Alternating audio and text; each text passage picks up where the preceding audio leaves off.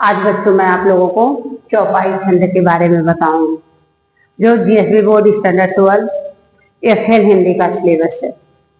मतलब एनसीईआरटी का सिलेबस में चौपाई छंद सीबीएसई बोर्ड में भी आते हैं। तो आप लोग इसको देखिए और प्रतियोगी परीक्षाओं में भी पूछे जाते हैं। तो सबसे पहले बच्चों हम समझते हैं चौपाई है क्या।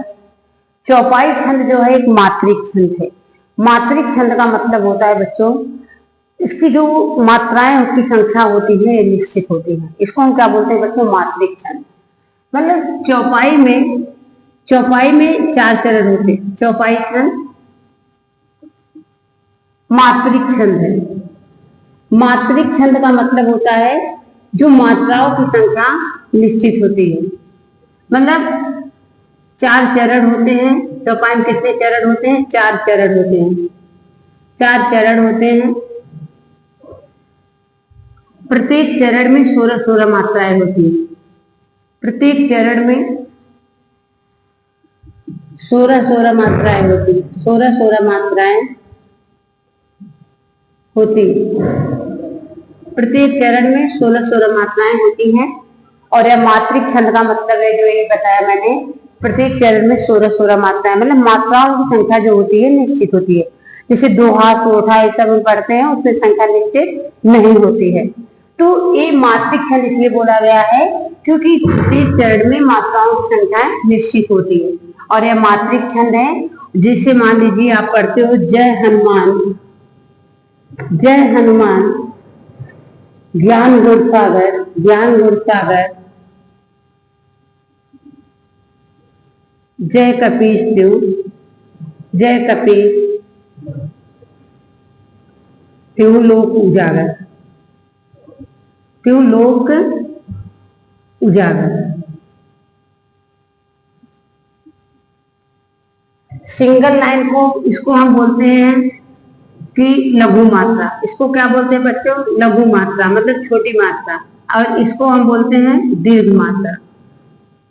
दीर्घ मात्रा जैसे मान लीजिए जय, इसमें कोई मात्रा नहीं, यहाँ पर सिंगल आएगी। हनुमान देखिए सिंगल, यहाँ पर बड़े आके मात्रा है डबल, यहाँ पर सिंगल, यहाँ पर डबल, यहाँ पर सिंगल। देखिए 2 3 4 2 6 7 2 9 1 10 11 12 2 14 15 16। अब आपको काउंट में देखिए आ गया ना 16 मात्राएं। मतलब जिसपे आपको बड़ा, बड़ी, ठीक है, बड़ा आओ एक मात्रा रहेगी, वहां पर डबल आएगा, डबल मात्राएं। और जिसपे नहीं रहेगी, जैसे छोटा आया है, छोटी है, इन सब पर सिंगल मात्रा आएंगे। तो काउंट करके देखिए, जैसे देखिए जय, जय पे सिंगल मात्रा है।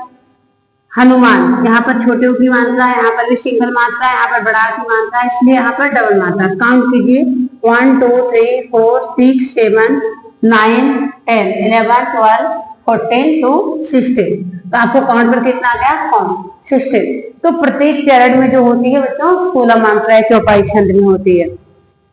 इसीलिए इसको मात्रिक छंद कहा जाता है, क्योंकि मात्रिक छंद मतलब प्रत्येक में मात्राएं इसकी क्या होती है बच्चों? निश्चित होती हैं। तो आपका यह है चौपाई छंद। और जो दोहा छंद होता है, दोहा और सोरठा, दोहा में क्या होता है? वो अर्ध समात्रिक छंद है, क्योंकि उसकी मात्राओं की संख्या जो होती है बच्चों निश्चित नहीं होती।